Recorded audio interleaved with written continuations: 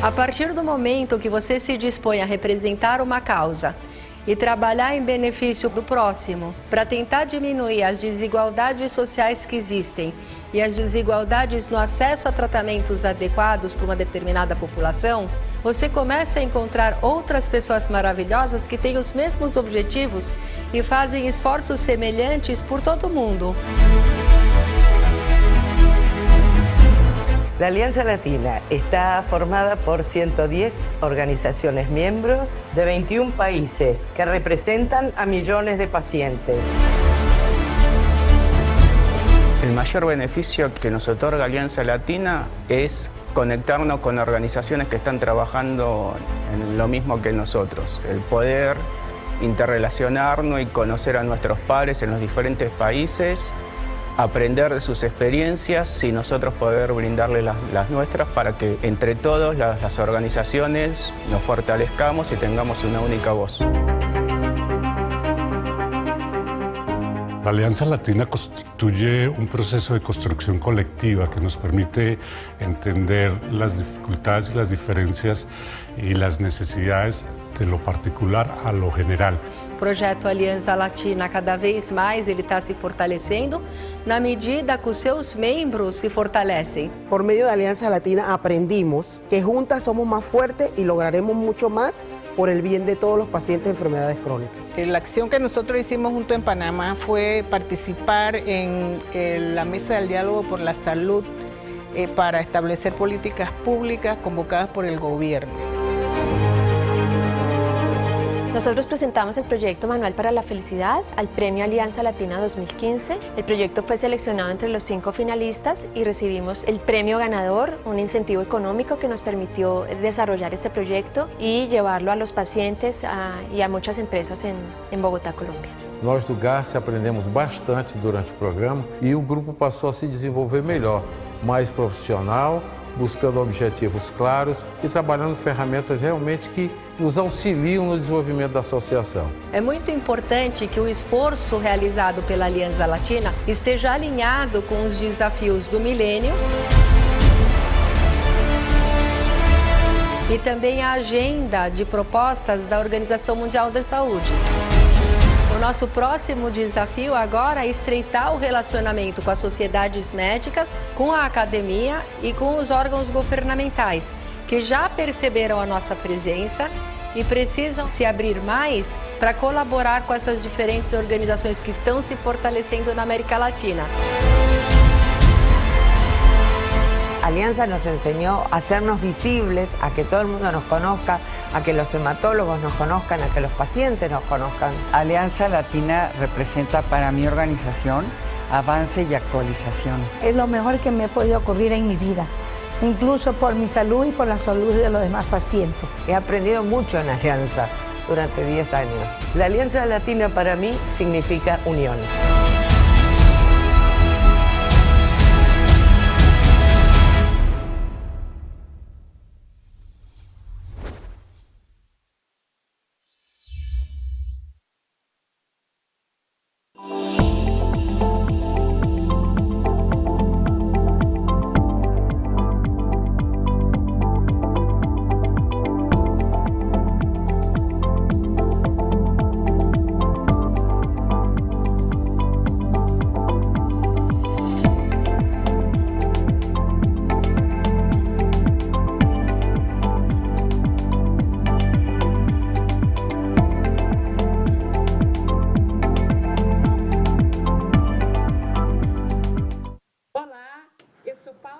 Hola, soy Paula Fabiani, director del Instituto para el Desarrollo en Inversión Social. Estoy aquí para contarles sobre la inversión social y de la salud.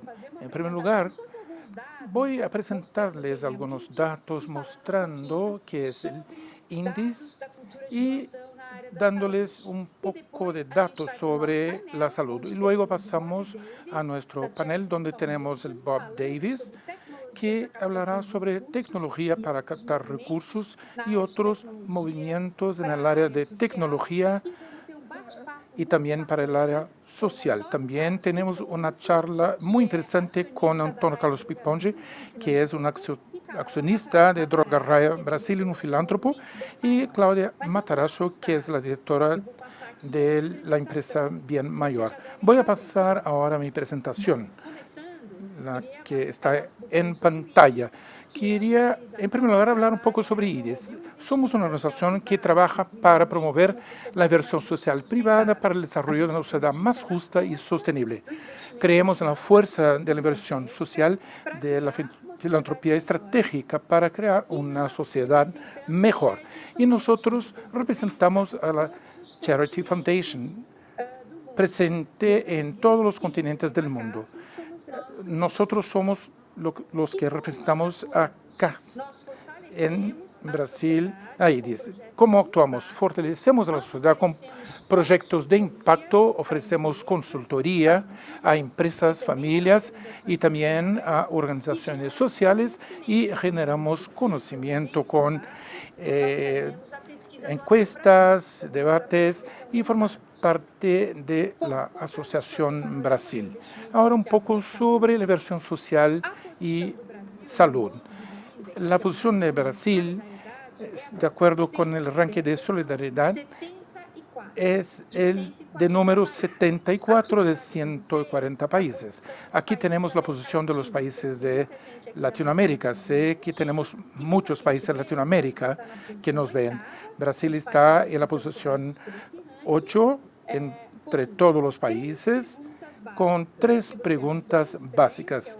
Si has ayudado, donde estamos en mejor posición tenemos Colombia, como un país más solidario en este tema, con 61% la donación en dinero para las asociaciones civiles, Brasil 22% y Chile con 44%, el doble de Brasil, y el trabajo voluntario, Brasil con 15%, y tenemos Paraguay con 22% y está en el primer lugar en esa encuesta. ¿Cómo estamos en Brasil? Tenemos 2/3 de la población que hace donaciones, pero la mitad dona para las asociaciones de la sociedad civil. ¿Cuál es la diferencia entre los dos números? En primer lugar, estamos hablando de donaciones mensuales. Tenemos un porcentaje más pequeño de la gente que dona de manera más recurrente. Mitad de las personas donan, pero la mayor parte de los brasileños hace esas donaciones de la manera más emotiva, emergencial, una vez o 2 veces al año. En 2015 tenemos 13.7 mil millones de todos los brasileños y esto representa un 23% del PBI de nuestro país. Pero la buena noticia es la causa que más nos sensibiliza es la salud, luego seguido por niños, luego el combate al hambre y a la pobreza, y la salud es la parte más importante de los brasileños. Estamos hablando de donaciones individuales. Eso representa, como les he dicho, un 0,2% del PBI. Si miramos a Inglaterra, vemos que es 0,5%, más que el doble de Brasil, y Estados Unidos 1,5%. Tenemos un largo camino a recorrer. ¿Cuánto las empresas donan? Aquí tenemos el benchmarking corporativo que mapeó 2.5 mil millones de reales que fueron donados en 2019. Este número aumentó mucho durante la pandemia y un 50% se invirtió directamente y 50% por institutos corporativos. Y la mala noticia es que la salud no está en el radar de las empresas. La causa más apoyada es educación, seguido por arte y cultura.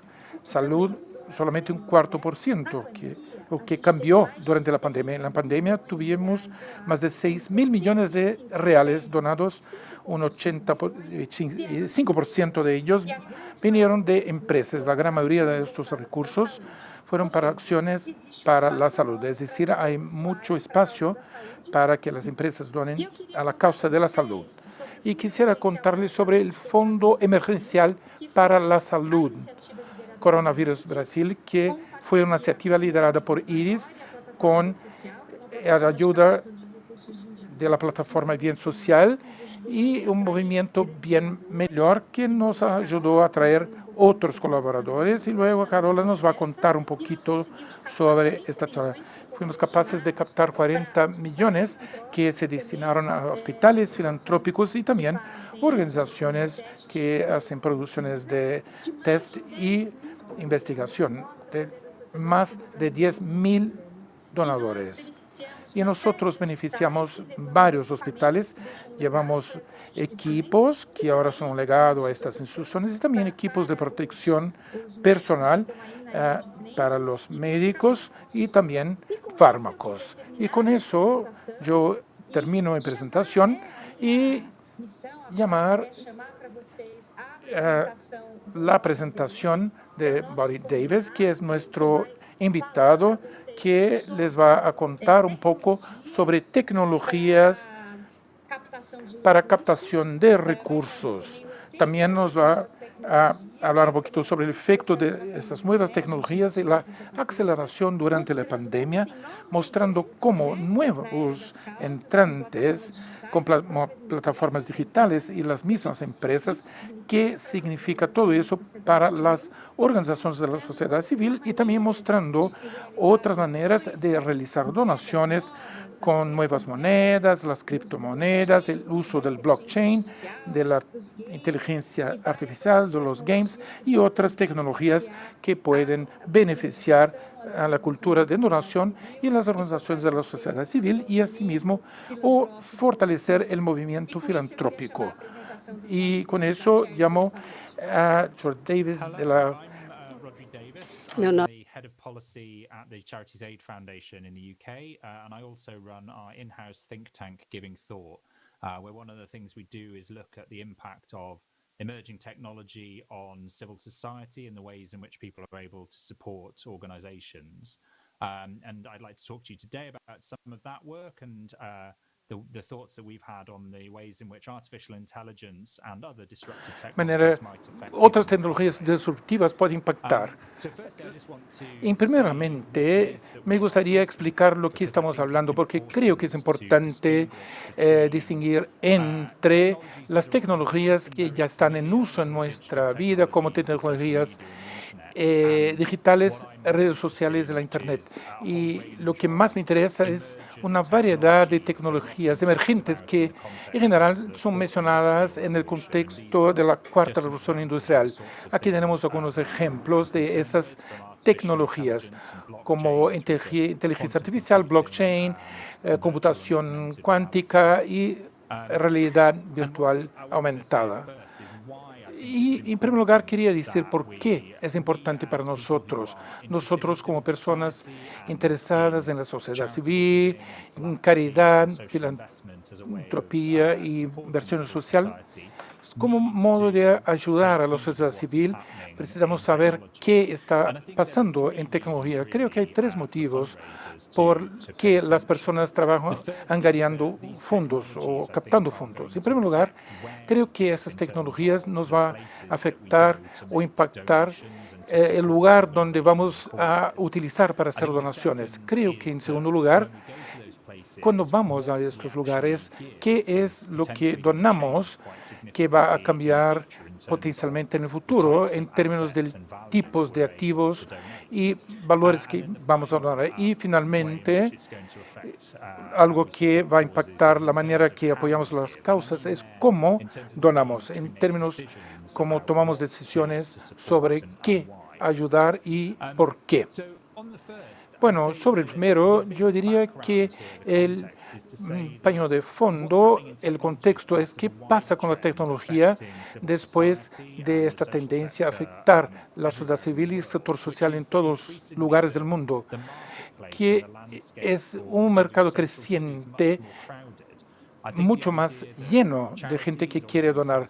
Las organizaciones sin fines lucrativos de la sociedad civil no tienen más el monopolio de hacer bien.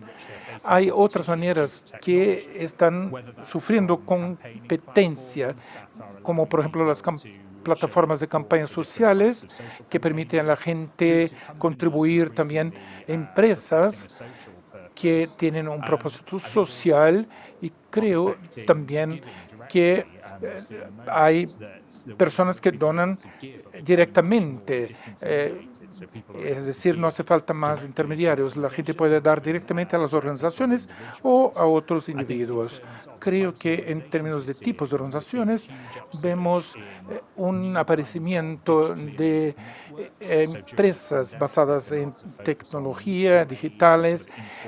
Durante la pandemia hubo un enfoque en ayuda mutua. También tenemos ejemplos de movimientos sociales como Extinction Rebellion y Black Lives Matter, como los pioneros de muchos esfuerzos digitales para cambios sociales. ¿Y qué significa eso con respecto a lo que decimos? Creo que va a impactar las organizaciones de caridad en los próximos años. Son dos cosas. Una es la falta de intermediación y la falta de conexión. Cuando miramos al mundo comercial, muchas de las grandes empresas no son más tradicionales, es decir, no tienen activos físicos y los venden o los alquilan. Al contrario, son plataformas que no tienen mucha cosa, pero al contrario, ponen personas que tienen necesidad en contacto con otras personas o organizaciones. Por ejemplo, Uber es conocida como la mayor empresa de transporte del mundo, pero no tiene ningún coche. Lo mismo con Airbnb, una de las mayores empresas de propiedad, pero no tiene nada, ninguna propiedad, conecta a la gente. Hay muchas plataformas con finalidades especiales que permiten a la gente hacer donaciones, y muchas están trayendo de vuelta sus raíces tradicionales, que es un individuo donando a otro individuo. Lo vemos eso como crowdfunding o transferencias directas para individuos. Y también, como mencioné, creo que esta falta de intermediación y descentralización también ocurren de la manera como nos agrupamos para alcanzar los fines sociales. Entonces, muchos de los movimientos y organizaciones que vimos abordar cuestiones sociales en los últimos años no son tradicionalmente sin fines sociales. Nacieron del nada y alcanzaron una escala enorme. Creo que es una gran tendencia que va a seguir en los próximos años. Un resultado interesante de esa tendencia de las plataformas, y como he dicho antes, hay plataformas de propósitos especiales, pero hay también plataformas comerciales que están llegando para ayudar a las personas a hacer donaciones. Y con eso, mantener a las personas en la plataforma es un beneficio agregado. Hay una gran competencia entre las plataformas, entonces hay que hacerlo todo para mantener a la gente en las plataformas. Y hacer donaciones es una de estas competencias. Tenemos varias plataformas como Facebook, Instagram, también plataformas de pago como Apple Play, etc. Un lugar muy interesante es China, donde las grandes redes sociales y plataformas de pago como WeChat, Tencent y Alipay hicieron grandes avances al permitir donaciones sociales. Y esto es una gran parte del sistema. Pero ni todas las plataformas necesitan ser plataformas tradicionales de pago. Hay espacios interesantes en el mundo, como por ejemplo en el mundo del esports y de los juegos, donde una persona puede interactuar y hacer crecer el interés. También tenemos otros elementos, como por ejemplo el interés en bienes sociales y la sociedad civil. En una encuesta realizada por CAF hablamos con la gente de los videojuegos para saber si la gente quería hacer más donaciones y descubrimos que había un apetito para hacer donaciones en la comunidad. Que esta es una fuente inexplorada de donación por muchas organizaciones. Para recaudación especialmente será muy importante. Y siguiendo adelante, lo que podemos ver es que cuando una persona involucrada en sports y juegos no serán activos tradicionales. Hay una gran variedad de bienes digitales que pueden donar, ya sean criptomonedas, Bitcoin o Ethereum, que ya tienen muchos usuarios y un sistema para realizar el intercambio, o también diferentes tipos de objetos digitales como CryptoKitties, que quizás no conozcan, pero es un conjunto de criptomonedas negociadas por grandes sumas de dinero. O como el mundo de los sports y los juegos, tenemos los skins, que son ropas digitales que el personaje utiliza y las personas también intercambian esos vestuarios. Hay también la posibilidad que la gente pueda donar directamente, es decir, otro lugar, otro sistema para buscar. También hay un cambio en el mundo digital que abre una nueva énfasis en la importancia de los datos y transparencia. Se dice que el recurso más importante del mundo no es más el petróleo, sino los datos. Las organizaciones empiezan a entender qué significa eso y debemos ser transparentes en la manera de utilizar esos datos. Hay iniciativas en el Reino Unido, en los Estados Unidos, ayudar a que la gente conozca y sepa de manera más transparente cuáles son esos datos. Y esto podemos seguir adelante. Una de las cosas que descubrí en mi trabajo fue que el potencial de aquella tecnología puede abrir maneras tradicionales de transparencia donde la gente puede rastrear no solamente donaciones en generales, pero donaciones de ellos mismos para una organización, utilizando una plataforma basada en blockchain, como por ejemplo en esa diapositiva. Si estoy comprometido a una organización, voy a ver cómo esta organización gastó el dinero y puedo también hacer rastreo de esta organización. Esto crea beneficios como aumentar la confianza y también trae nuevos desafíos en situaciones donde la transparencia no sea lo mejor. Por ejemplo, si hay organizaciones trabajando en derechos civiles o problemas con gobiernos con respecto a derechos humanos, si utilizan una plataforma así y no tienen el cuidado suficiente, pueden liberar información de individuos o organizaciones y así dejarlas abiertas a represalias del gobierno. Bueno, ahora vamos a ver un poco cómo recaudamos fondos y cómo hacemos con la transparencia. Y aquí es el momento de pensar sobre la aplicación de la tecnología como inteligencia artificial. Realiza cómo tenemos nuestro banco de datos y cómo actuamos en ese sentido. El modo del uso inicial más común de inteligencia artificial es a través de chatbots y interfaces. Chatbots son utilizados específicamente en aplicaciones para crear informaciones y darle respuesta a las personas. Fueron utilizados de maneras interesantes por organizaciones de sociedad civil para concienciar a las personas y también ofrecer información a los usuarios, como por ejemplo monedía y también pagos. También cada vez más vemos la utilización de interfaz de conversación, como por ejemplo Alexa de Amazon o Google Home. estamos empezando a ver el uso de esas tecnologías para fines lucrativos como donaciones en Estados Unidos o Reino Unido. Podemos hacer donaciones a través de esas plataformas, un área que crece mucho. Y esto levanta temas muy importantes, como, por ejemplo, diferentes maneras diferentes de recaudar, y eso acaba por apelar a los donadores de otra manera.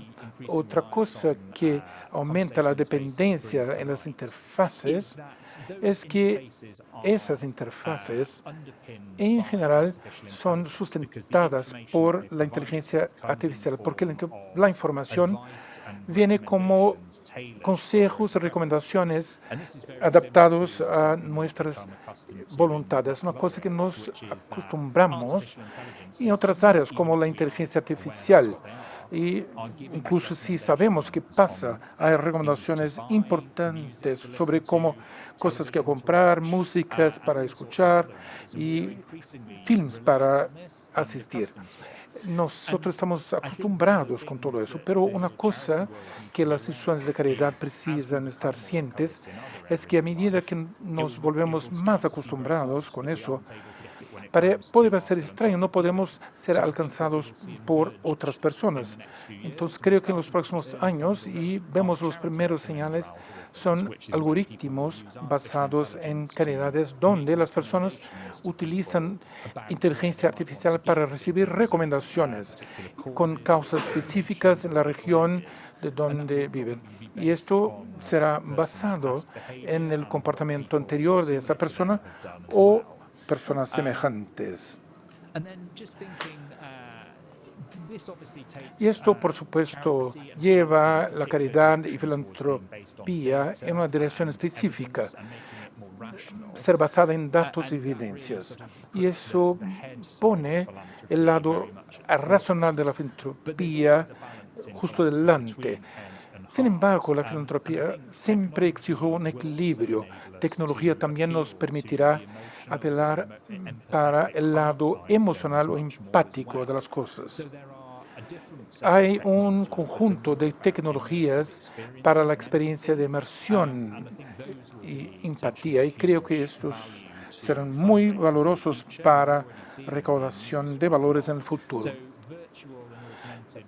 Realidad virtual y aumentada o agregada nos da oportunidad para contar historias y vivenciar experiencias de una nueva manera que puede desarrollar una fuerte respuesta empática. Lo vimos utilizado por NGOs y organizaciones en otras partes. Por ejemplo, The Source es un vídeo de la realidad virtual que le da la experiencia a las personas. Es como una mujer saliendo a buscar agua todos los días en Etiopía, y también es utilizado para recaudar fondos. Esto va a mostrar a potenciales donantes varias maneras de actuar. También se utiliza por organizaciones con fines lucrativos, como por ejemplo organizaciones que trabajan con autismo o demencia aquí en el Reino Unido, que desarrollaron estos tipos de aplicaciones para dar a la gente una experiencia de cómo es la vida con personas que tienen estas facultades mentales. Es una forma de mostrar la realidad de la vida a personas que no tienen esas enfermedades, una manera poderosa de estar en contacto con el donador profesional. Otro modo interesante es ofrecer servicio a las personas sufriendo de esas enfermedades, por ejemplo, personas cuidando del final de la vida, para permitir que la gente no pueda salir porque están en la cama, a que tenga experiencias que sean positivas en su vida. Creo que las tecnologías tienen todo tipo de aplicaciones de la manera empática. Y rápidamente sobre los desafíos que las tecnologías tendrán. Hablamos sobre los potenciales positivos. Con respecto a la inteligencia artificial, creo que todos sabemos de los desafíos con respecto a muchos problemas. Cuando hablamos del sistema de inteligencia artificial, ser capacitado por un banco de datos permite que el algoritmo sea construido interpretando los datos, se autoperfeccionando. Pero si el banco de datos contiene sesgos raciales o de género, el sistema empieza a fortalecer esos sesgos con el tiempo, y eso es un problema, donde los problemas que se utilizan pueden empeorar las cosas, como por ejemplo afectar los pagamentos esenciales o como prevenir crímenes. Cuando la policía está utilizando inteligencia artificial para determinar si pueden alocar recursos. Creo que esta es una área donde esas organizaciones deben saber conocer los impactos y los desafíos. Y finalmente, una pregunta sobre cómo operar en este mundo digital. Es la idea de una economía basada en la atención. Básicamente, antes el contenido era poco y la gente tenía que salir a buscarle. Hoy es el contrario. Hoy hay mucho más contenido que no tenemos manera de absorber, escritos, hablados, en vídeo, audio. Lo que falta hoy en día es la habilidad de enfocar.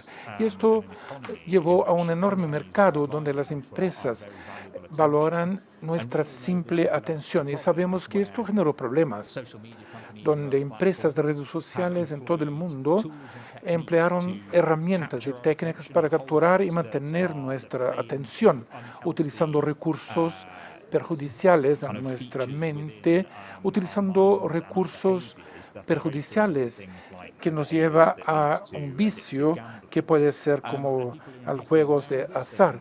La gente está muy consciente de eso. La pregunta que quiero dejarles para las caridades y regulaciones de fondos, ¿cómo garantizar que la gente siente la importancia de las causas sobre las cuales estamos trabajando y nuestro trabajo en este mundo de escasez de enfoque, sin adoptar las mismas técnicas que pueden causar esos problemas? Y eso es un problema, porque por supuesto que las empresas quieren ser éticas y quieren también estar abiertas a nuestra ayuda. Debe existir un equilibrio entre encontrar este equilibrio y no simplemente seguir las tendencias y utilizar estas herramientas y técnicas problemáticas. Muchísimas gracias por su tiempo. Fue un placer hablar con ustedes. Hola. Muchas gracias. Está con nosotros hoy. En primer lugar, me gustaría agradecer nuestros participantes de nuestra conversa hoy. Carola Matarazzo, Antonio Carlos Pipoluzzi y Paula Fabiani. Y vamos a hablar de las mejores prácticas del tercer sector de la salud. Hoy vamos a hablar un poco sobre cuestiones que pueden ayudar a captar dinero para la salud. Y yo creo que Antonio Carlos y Carola, Antonio Carlos Pipozzi, Carola Matarazzo, tienen contribuciones muy interesantes para podermos hablar sobre la inversión social y la recaudación y el recaudar de fondos. Gustaría de agradecer a todos que están nos asistiendo y nuestros convidados. Y ahora quiero empezar con nuestra conversa. Primero, yo voy a pedir para que ustedes hablen un poco de ustedes, de vuestro trabajo. Antonio Carlos Pipozzi, accionista de Raia Brasil, y también él es un filántropo. Entonces voy a empezar con Carola y después voy a pasar la palabra a Antonio Carlos. Buenas tardes. Me gustaría agradecer el convite.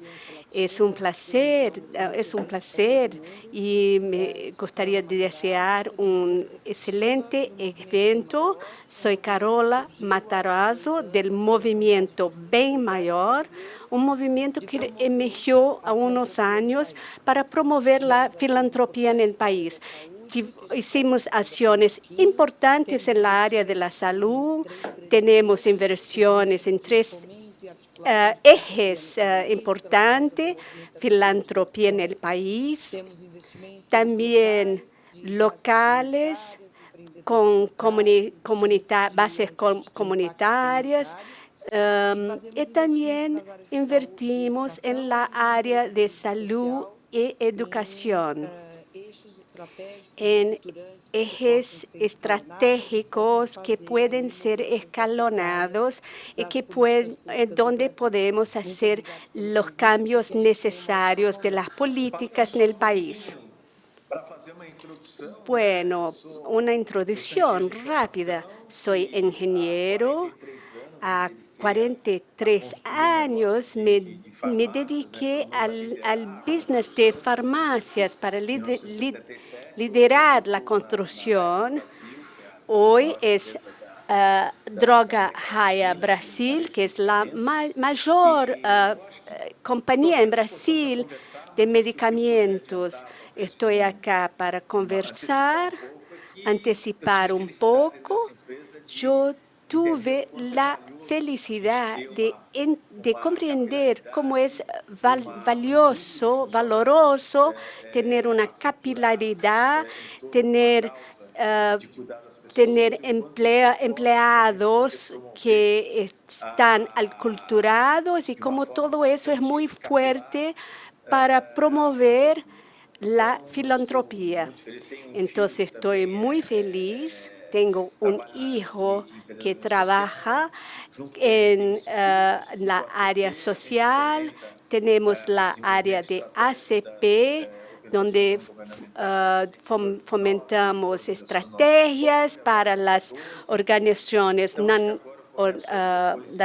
las NGOs. Y ahora trabajo. Yo estoy en el consejo de la compañía, trabajo con IBGC para el desarrollo del emprendedorismo, y ahora con esta área de social.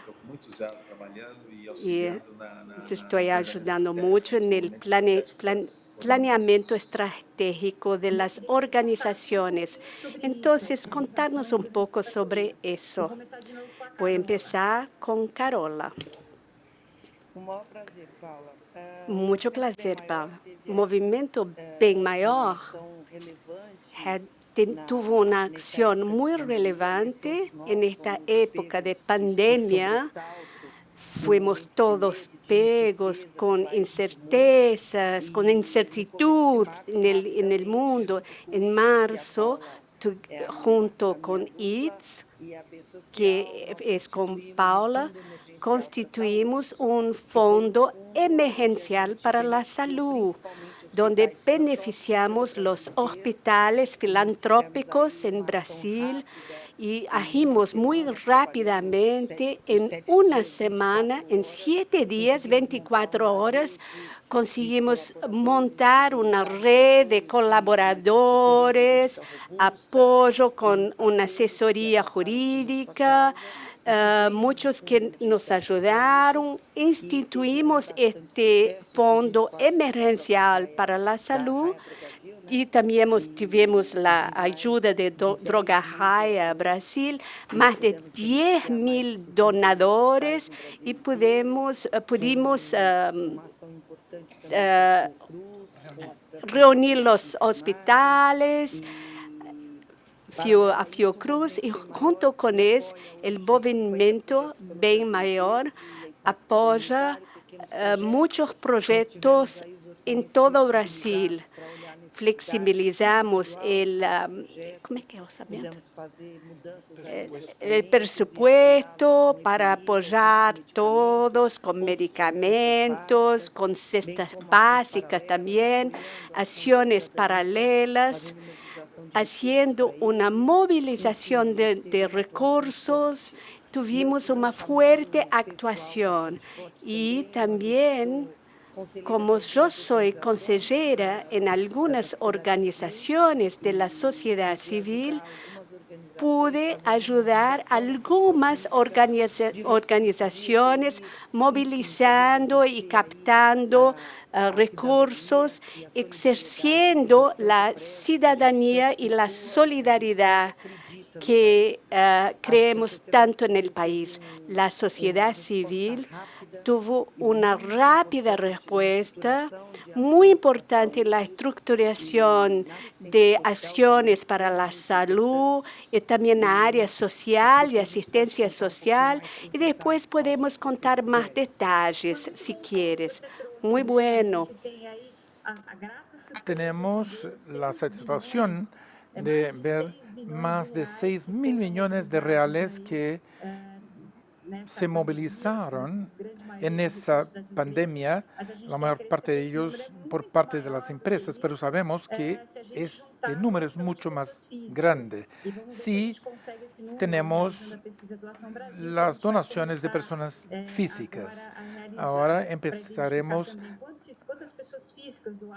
a saber cuántas personas físicas trabajaron y donaron durante la pandemia. Vamos a ver otras actividades, iniciativas, lo que hicieron durante este tiempo de pandemia. Bueno, hace 25 años que trabajo en el tercer sector y pocas veces en mi vida vi la sociedad tan movilizada, principalmente por el miedo y la incertidumbre de lo que podría ocurrir y por la certitud que la solidaridad era el único camino que podríamos tener para amenizar las muertes y el sufrimiento. Si miramos a los proyectos que apoyamos y otros con los cuales tuvimos asociaciones en la distribución de canastas básicas, tuvimos el privilegio de tener una sociedad muy fuerte con todos los proyectos que apoyamos en una relación de confianza. Tuvimos reuniones individuales con los proyectos para entender la demanda y la necesidad de cada uno y así poder apoyarlos de la manera más eficiente, ya sea a través de medicamentos, alimentos o la realocación de recursos de los presupuestos que ya teníamos aprobado. Fue una experiencia fantástica. Por ejemplo, en vez de enviar las canastas básicas o enviar dinero, hicimos una interacción con la economía local, con los comercios locales en todo el Brasil, y los proyectos compraron sus materiales de higiene y limpieza, por supuesto, dentro de criterios establecidos anteriormente por esos mismos comercios para que la economía local pudiera desarrollarse. Fue algo muy gratificante cuando vimos la red de trabajo de los voluntarios, de los colaboradores, de proyectos, todos alineados para ayudar de manera emergencial. También tuvimos acciones importantes apoyando otras organizaciones, como por ejemplo la Acción Ciudadanía, que combate el hambre de manera importante en Brasil. Tuvimos una acción para movilizar recursos para ellos, así como una acción para articular la prensa para que ellos pudiesen recibir ayuda. También tuvimos acciones paralelas en proyectos bastante específicos en las afueras de São Paulo, principalmente en la región de Heliópolis. Allí pudimos apoyarles con recursos, canastas básicas y equipos de protección individual. Ellos en Heliópolis ya son socios de nosotros hace años, desde que el movimiento empezó. Tuvimos acciones importantes en aquel local. Movimientos como el nuestro, que existen para fomentar la cultura de donación en Brasil, necesitan de respuestas rápidas para momentos que vivimos, estamos viviendo y veremos. Por supuesto que el volumen de donaciones ha caído en los últimos tiempos. Vemos que ahora vuelve la COVID y queremos seguir trabajando fuertemente en la articulación de recursos y donaciones. La sociedad civil no puede reducir su solidaridad y generosidad porque los efectos de la pandemia siguen allí y los efectos de la crisis también seguirán. Por supuesto que es difícil para todos, estamos todos cansados. La generosidad y la solidaridad nunca pueden estar cansados. Mientras más las ejercemos, sabemos con seguridad que este es el camino. Aquí sigue mi invitación a todos que captan recursos, que son filántropos o financiadores, que no desistan, porque vamos a necesitarles de la misma manera que necesitamos. Sigue mi invitación para que seamos generosos y solidarios. Y ahora, Don Carlos, cuéntanos las acciones realizadas por ustedes durante la pandemia y también un poco de qué piensas de este periodo. Voy a empezar sobre la última parte de tu pregunta. Me interesó mucho este tema y yo soy una persona que soy ansiosa por naturaleza. No es un problema tan serio, pero es algo que es complicado. Entre las mejores cosas que leí, me decía que hay 3 cosas que hacen muy bien para la ansiedad: la meditación, el convivio con los amigos y hacer el bien. Y eso nos hace mejorar. Yo había creado mi instituto, pero empecé a darme cuenta que, de hecho, nos sentimos muy bien cuando tenemos estos 3 elementos.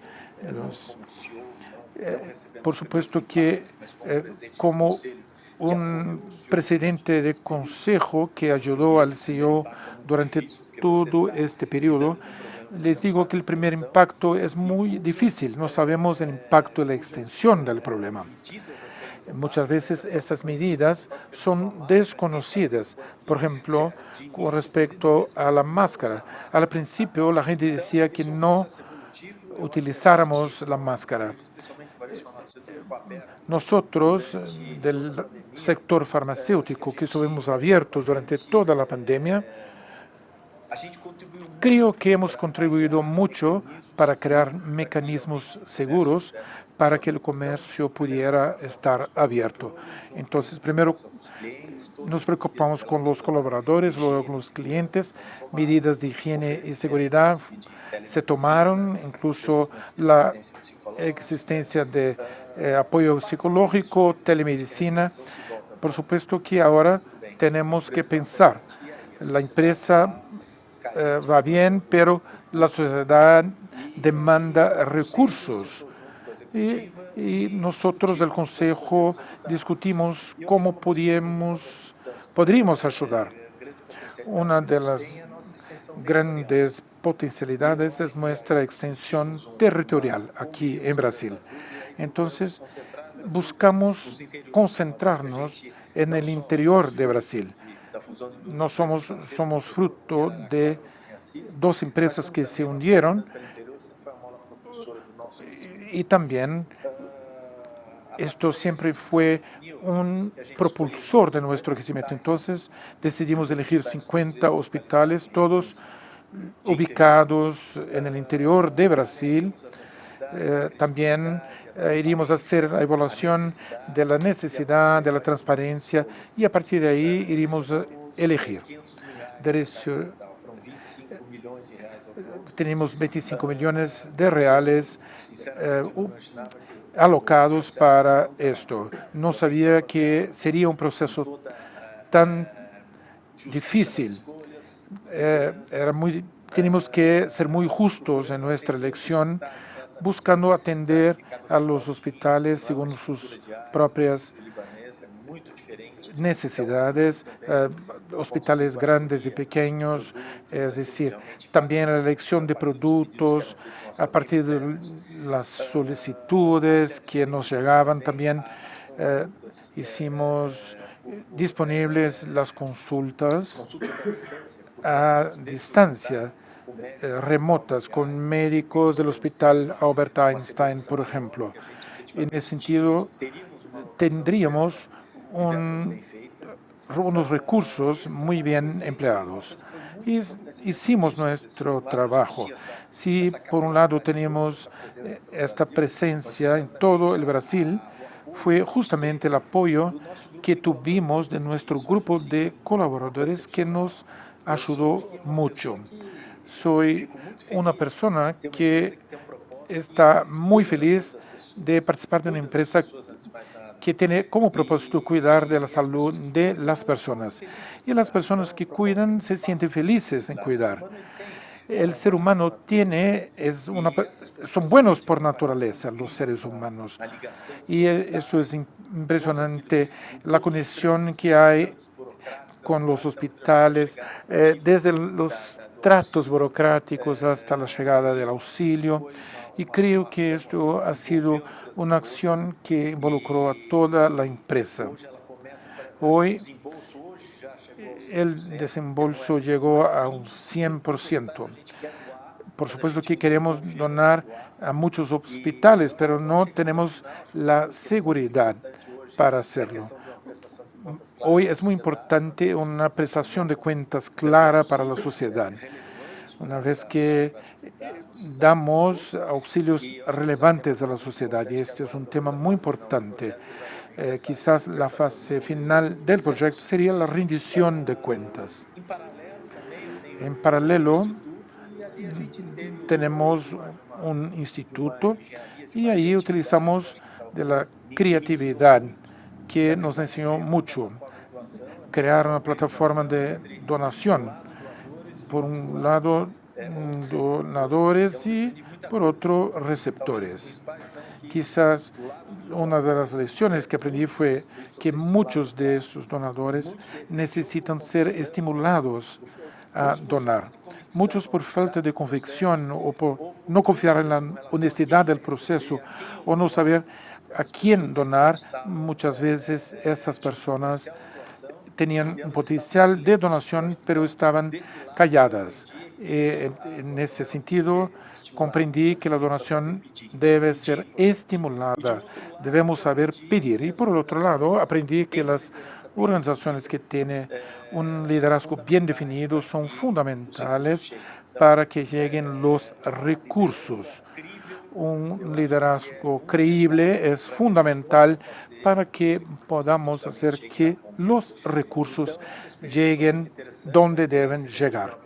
Fue una experiencia muy interesante. Tuvimos 6.000 donadores y alcanzamos 12 millones de reales en donaciones. Este fue el proyecto del instituto. En una visión general, nos preocupa mucho la continuidad de la pandemia. No sabemos cómo va a evolucionar y todo este volumen de donaciones ocurrió porque la sociedad tenía miedo. Teníamos miedo de una convulsión social y creo que tenemos un cuadro que difícilmente se va a mantener post pandemia. Lecciones como por ejemplo, debemos saber cómo pedir. Los liderazgos de las ONG son fundamentales. Todo eso nos va a ayudar a salir de ese momento cuando el país tiene un porcentaje tan bajo de donaciones y comparado a otros países. Esta es un poco de mi visión, un poco de mi aprendizaje. Vamos a seguir la conversación en ese sentido. Quizás podemos llegar a otros puntos importantes. ¿Puedo hablar una cosa? Hay algunos aprendizados donde tenemos que nos apropiar de ellos de manera robusta. Fue la primera vez que vimos la sociedad movilizada para fortalecer el SUS. Fue la primera vez que el Sistema Único de la Salud estaba en la agenda de la sociedad civil y hubo toda una movilización para fortalecer el SUS. Entonces, esto fue un gran aprendizado. Tenemos un sistema de salud con una capilaridad difícil de ver en otros países. Con las deficiencias, PCA pudimos atender la peor ola de calor, amenizando un escenario más trágico. Entonces, tener el SUS en la agenda, mostrando su importancia en el país, antes no estaba en la agenda de la sociedad civil. Y también las personas no tenían conciencia. Hablamos mucho, falta inversiones, el gobierno no invertir, pero también nunca hablamos con profundidad el rol de SUS y hospitales filantrópicos. Yo creo que esto va a seguir en nuestra agenda, como la educación, la asistencia social. Y también me parece que tenemos que dar el reconocimiento para las organizaciones de la sociedad civil que trabajaron en red con liderazgos, con datos, haciendo encuestas, buscando datos para los municipios, viendo las áreas más vulnerables, con articulación de voluntarios para las siestas básicas. Las organizaciones de la sociedad civil lideraron las articulaciones para que estas acciones tornarse una realidad, para ver dónde está la demanda. Una cosa es ver la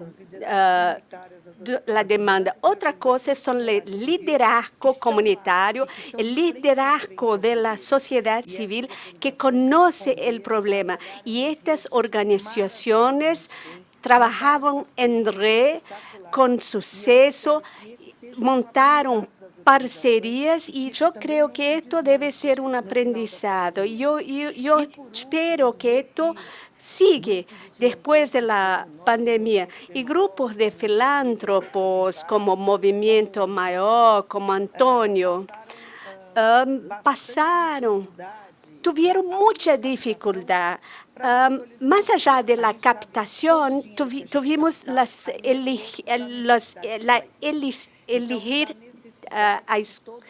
elegir de Sofía. Entonces tuvimos organizaciones robustas en la parte jurídica, los consejos médicos que fueron formados para ayudarnos a elegir, y ahí el proceso de presupuesto, de compras. Creo que estamos mucho más fortalecidos con todo esto.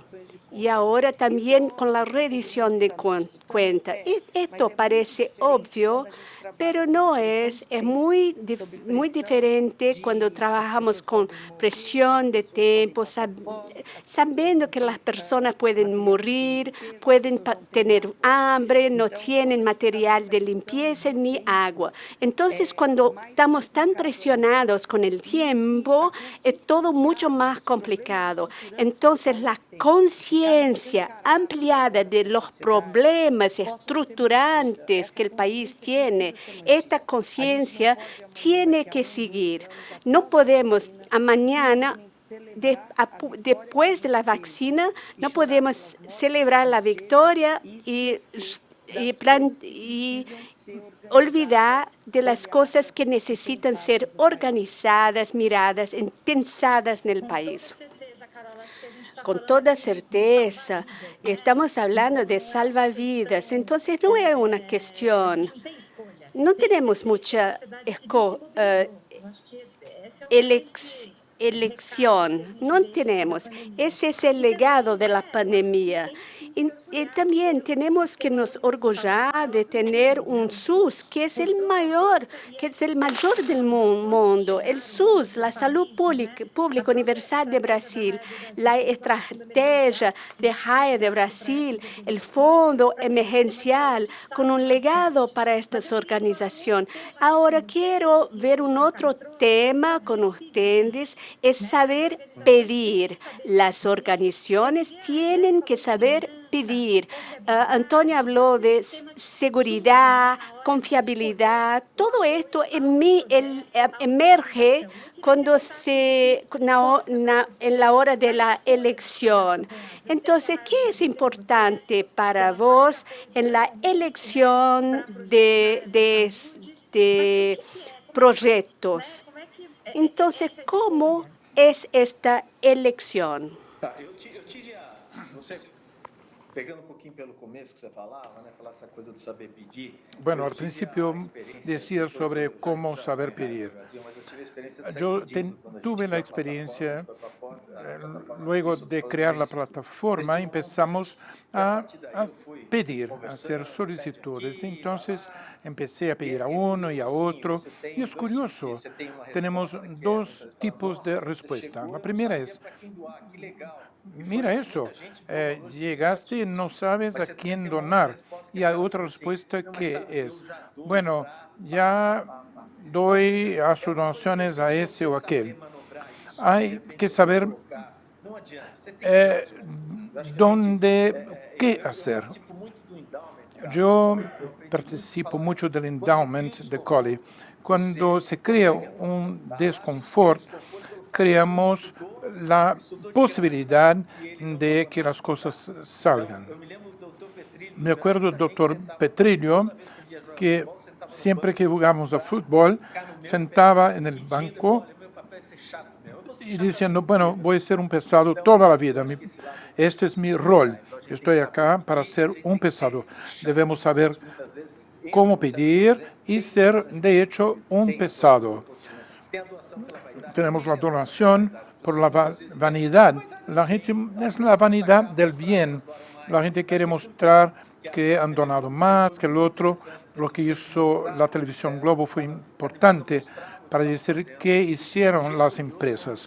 Eso, de una manera u otra, van a despertar el interés de otras empresas para que también hagan donaciones. La cuestión es: vamos a cambiar la cultura. Cuando hablamos de empresa, los programas que tenemos, y aquí queremos saber qué nos importa. Trabajamos con programas enfocados en la salud. Somos una empresa de salud y buscamos empresas asociadas a la salud. Siempre buscamos la transparencia, algo muy importante. También buscamos la capilaridad. Como somos una empresa presente en todo el país, queremos alcanzar la mayor parte de núcleos en todo el país. Y también mirando el impacto o buscando el impacto que pueda provocar el proyecto. Por supuesto, el trabajo de monitoreo es importante. Nuestro grupo de colaboradores quizás sea uno de los principales embajadores del proceso.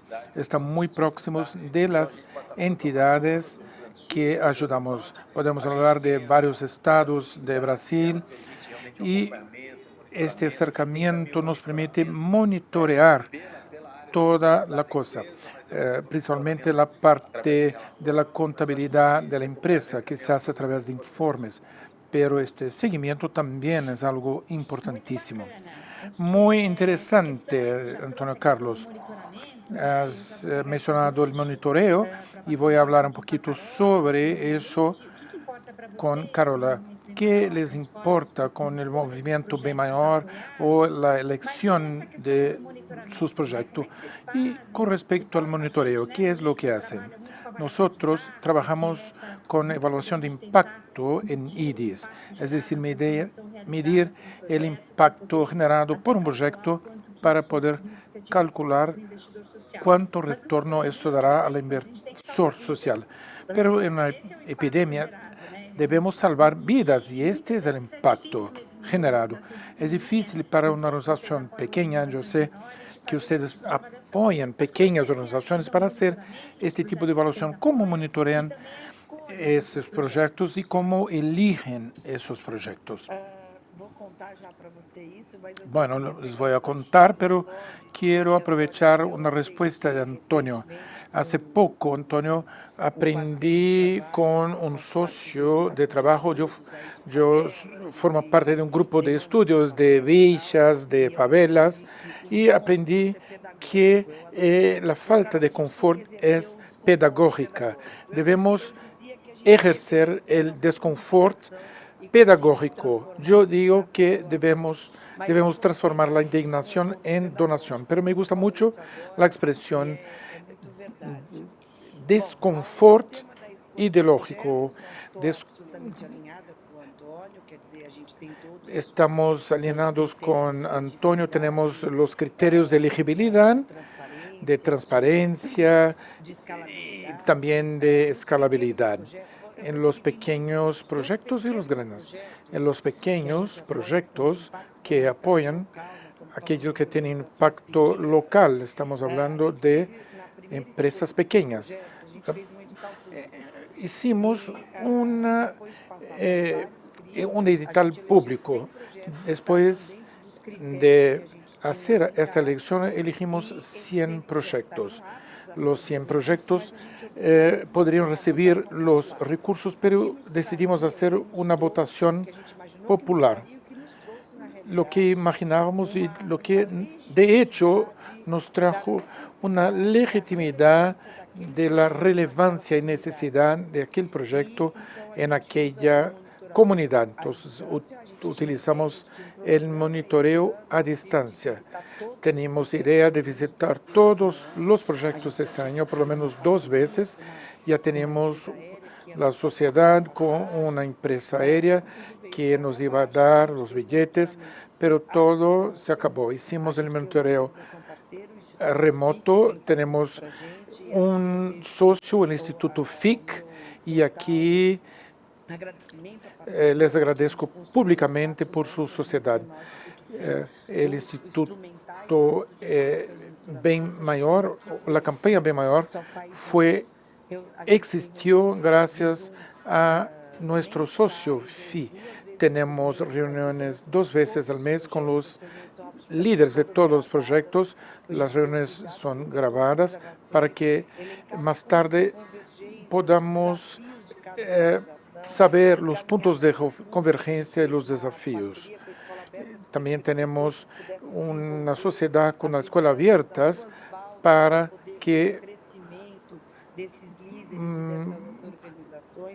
que pudiesen ver el desarrollo de sus acciones. Con las empresas pequeñas tenemos algo muy próximo y hemos aprendido mucho con ellos. La relación de confianza desarrollada entre este pequeño proyecto social, pero de gran impacto local, y nosotros que somos los financiadores, fue toda una diferencia para el éxito del primer año del proyecto. Y ahora estamos en el segundo año. Hicimos una evaluación de impacto al final del primer año. Hicimos una lista de métricas que nos gustaría tener al final del primer año y la construimos con el proyecto. Fue una experiencia exitosa. Los depoimentos y resultados son prueba que debemos seguir en ese camino, principalmente con un modelo de monitoreo muy próximo que nos trajo resultados muy expresivos. En los grandes proyectos estamos hablando de organizaciones muy bien estructuradas y que poseen un monitoreo y una evaluación interna ya en funcionamiento. Pero además hemos estudiado evaluaciones otras, como los proyectos no incluyen solamente emprendedurismo y educación, las edades son distintas, las demandas de los proyectos son completamente distintos, también en diferentes regiones de Brasil. Hemos elegido algunos institutos que nos van a ayudar a hacer la evaluación de impacto, sobre todo por regiones o por ejes temáticos. Y en ese sentido tendremos sociedades. El movimiento Bem Maior es un movimiento muy pequeño que trabaja en redes con aliados. No queremos ser el centro de todo el saber. No tenemos esa experiencia. Nuestra experiencia es la evaluación de la demanda y la selección del proyecto, pero no tenemos la expertise de todo eso. Siempre tendremos una socia para ayudarnos a la evaluación. Para el monitoreo tenemos una empresa socia y un equipo que nos ayuda a hacer la gestión, porque queremos estar muy cerquitos de la inversión que hacemos. Entonces hemos trabajado siempre a 4 manos. Y ahora podemos ver el uso de la tecnología para hacer este monitoreo. Tenemos la presentación que Rodri hizo, que habló de inteligencia artificial, de los juegos, formas, maneras de atraer el donador. También otras posibilidades y también nuevas maneras de donar, criptomonedas, otros tipos de activos, de recursos usando la tecnología. Pero me gustaría saber de ustedes, tenemos todavía más 10 minutos para conversar y quería saber las palabras finales. ¿Qué la pandemia mostró de nuevo para las organizaciones? ¿Qué cambió para las personas? Porque son las personas que hacen la diferencia. Voy a empezar con Antonio Carlos. Carola, algunas reflexiones que yo tuve que me dieron una seguridad sobre la importancia de haber creado la institución para dejar un legado importante. Me parece que la pandemia mostró toda esta diferencia. Nosotros oímos mucho esta frase y me parece que estas diferencias, tal vez uno de los legados, una de las dolores que puede ser apropiadas de manera positiva, como que esta generación del futuro, cómo van a aceptar todo esto que está pasando, todo que pasó en la pandemia, vimos las situaciones más críticas posibles. Y yo busqué, junto con el instituto que hice con mi hijo, él tiene una dimensión. Yo busco mirar las organizaciones no gubernamentales de todos los tipos, pero a partir de un llamado público, de una propuesta clara, segmentada, con el apoyo de la sociedad, apoyemos y las instituciones. ¿Cuál es el significado de esto con la pandemia? ¿Cuál es mi idea aquí? No apenas mis hijos, pero mis nietos pueden hacer un análisis del escenario con mucho más profundidad. El sistema de la salud, la educación, la reciclaje, la devastación ambiental, todos estos sistemas que miren, que comprenden un poco más lo que el mundo está viviendo hoy y que esto puede dejar una respuesta a pregunta, ¿qué tenemos que hacer? ¿Qué debemos hacer? Y yo hablo con mis hijos. Mañana ustedes van a tener una respuesta. Mire lo que está pasando todo en vuelta. Entonces, yo digo, estoy creando algo y yo hablo para mis hijos. Necesito de tu involucración. Tú tienes que involucrar a tus hijos para dejar un legado. Y ahí podemos tener una respuesta. ¿Es posible tanta diferencia? Esta reflexión para mí vino en un momento muy importante, donde empezamos a dar más fuerza a nuestro instituto. Y esto es mi reflexión. Hay las nuevas generaciones, los hijos, los niños. Ellos van a demandar esto mañana y tenemos que tener esta conciencia ahora. Tenemos que cambiar y este es mi mensaje. Maravilloso, Juan Carlos. Fantástico, Tano Carlos. Y ahora tus consideraciones. Yo sé que todo lo que dices es muy inspirador. De hecho, soy con certeza una apasionada del tema y suelo decir que soy una mujer indignada. Yo nací indignada. Yo nací con muchos privilegios por la gracia de Dios.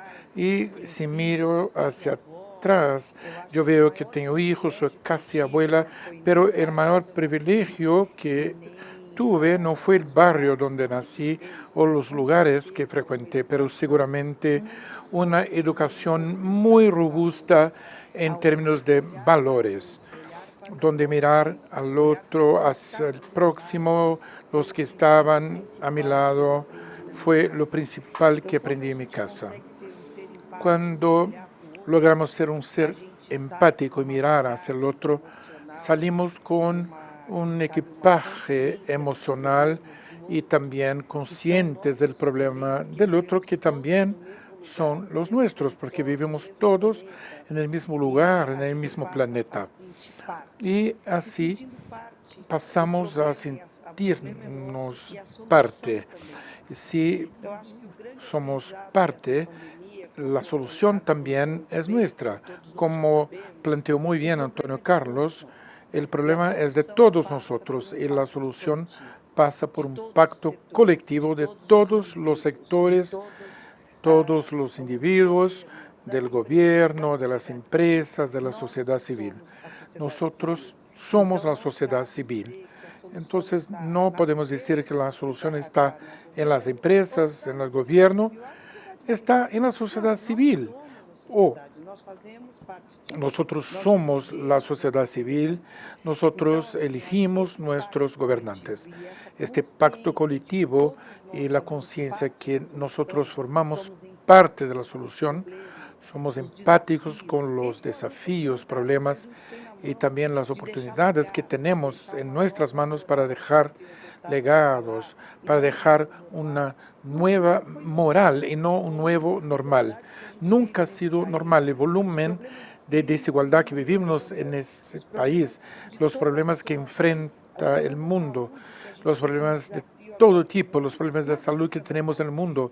Nada de eso es normal. Creo que el mayor legado sea una nueva moral, donde tengamos valores intrínsecos para que la sociedad sea más inclusiva, más multicultural, donde las oportunidades puedan ser más igualitarias. En ese sentido veo que cada uno tiene un rol relevante, desde los gobernantes hasta las personas que pueden hacer donaciones muy pequeñas o simplemente pueden ayudar al vecino, personas que viven en situaciones vulnerables, pero tienen un senso de generosidad y empatía muy alto y que sufren de la desigualdad. Ese impacto de una sociedad más fuerte, trabajando hacia un mundo mejor para un legado que podemos dejar a las próximas generaciones, es un aprendizaje continuo y diario.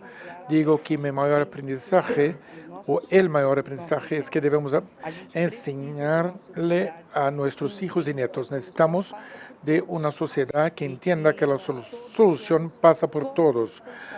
Somos todos corresponsables por la solución. No importa el tamaño de su contribución, de su generosidad o de su empresa. Importa el pragmatismo en el sentido de pensar que todos debemos estar en el mismo rumbo, incluso para nuestros hijos y nietos. Acredito en la sociedad civil organizada y en todos juntos hacia un final común. Bueno, estaba seguro, Carola, que tus palabras serían muy inspiradoras y de hecho fueron muy inspiradoras. Yo hace 20 años que vivo muy cerca de las demandas que tengo. Yo tengo el honor de haber conocido personas, como decimos, del otro mundo, de las favelas, del monte, como decimos en Brasil. Es importante que las personas conozcan lo distinto y al hacerlo vamos a volvernos más empáticos, más solidarios, más inclusivos y la seguridad que podemos marcar la diferencia.